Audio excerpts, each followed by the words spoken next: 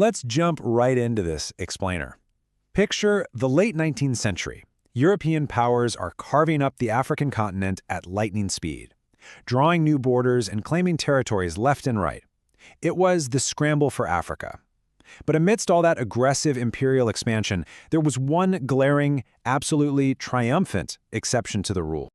So how exactly did the Ethiopian Empire manage to stay free from colonization longer than any other African country? That is the ultimate historical mystery we're tackling today.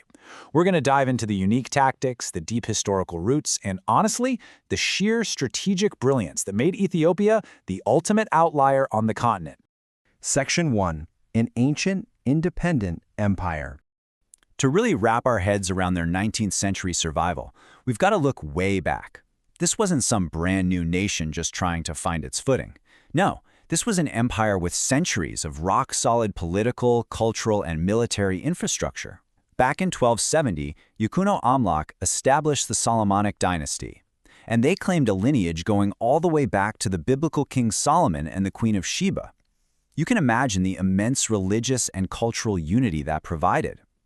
Fast forward a bit to 1636, and Emperor Fasilides founds Gondar as the permanent capital. That move kicked off this incredible golden age of stability, commerce, and stunning architecture. So by the time the scramble for Africa really ramped up in the 1880s, Ethiopia had already been surrounded by hostile forces for centuries. They had this deeply ingrained sense of nationhood, which perfectly set the stage for facing down the colonial threat. Section 2. Building a modern defense.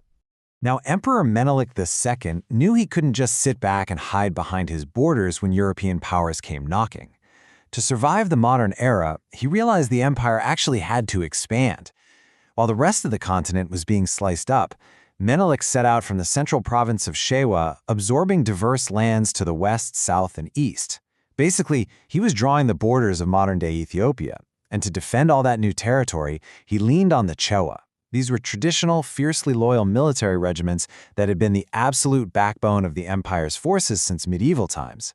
But here is the real game changer. Menelik was actively and very strategically importing modern European firearms and artillery.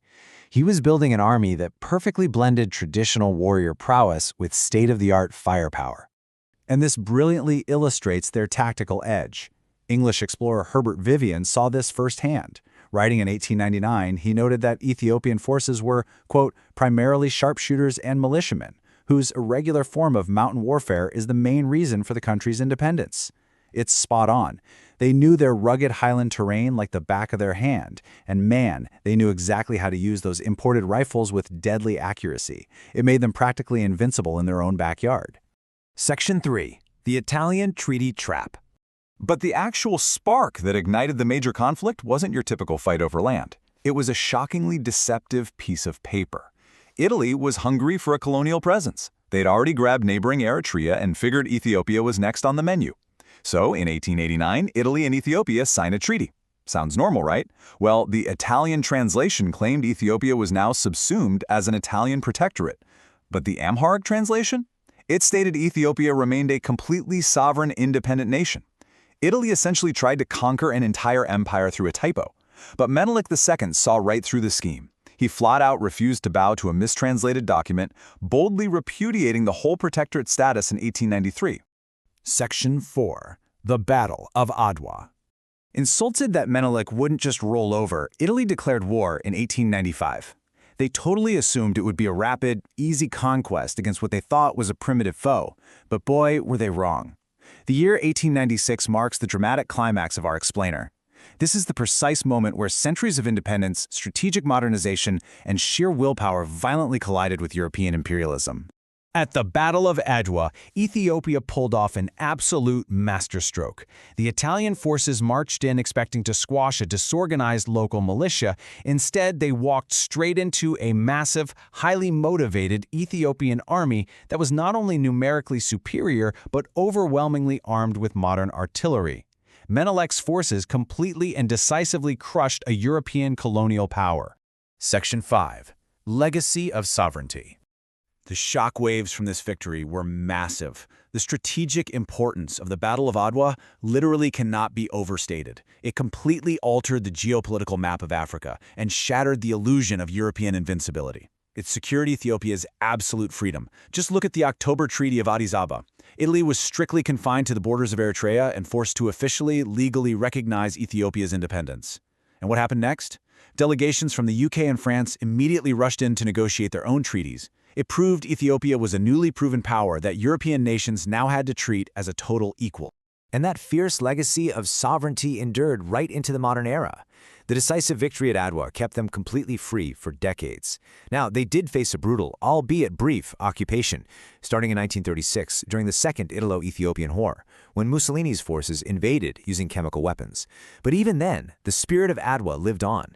By 1941, with help from British forces, they drove the Italians out, restored their sovereignty, and Emperor Haile Selassie returned from exile. Ethiopia then fully cemented its legacy on the world stage, becoming a charter, founding member of the United Nations. So I'll leave you with this thought. Menelik's strategic genius, his unification of the empire, and his amazing foresight to stockpile modern weapons absolutely saved his nation. It is the core reason Ethiopia managed to remain free from colonization longer than any other African country. But how might the entire map of the world be different if this exception had been the rule? What if more nations had been able to import arms and unify their defenses just like Emperor Menelik II? Thanks for diving into this explainer with me, and keep questioning the history we think we know.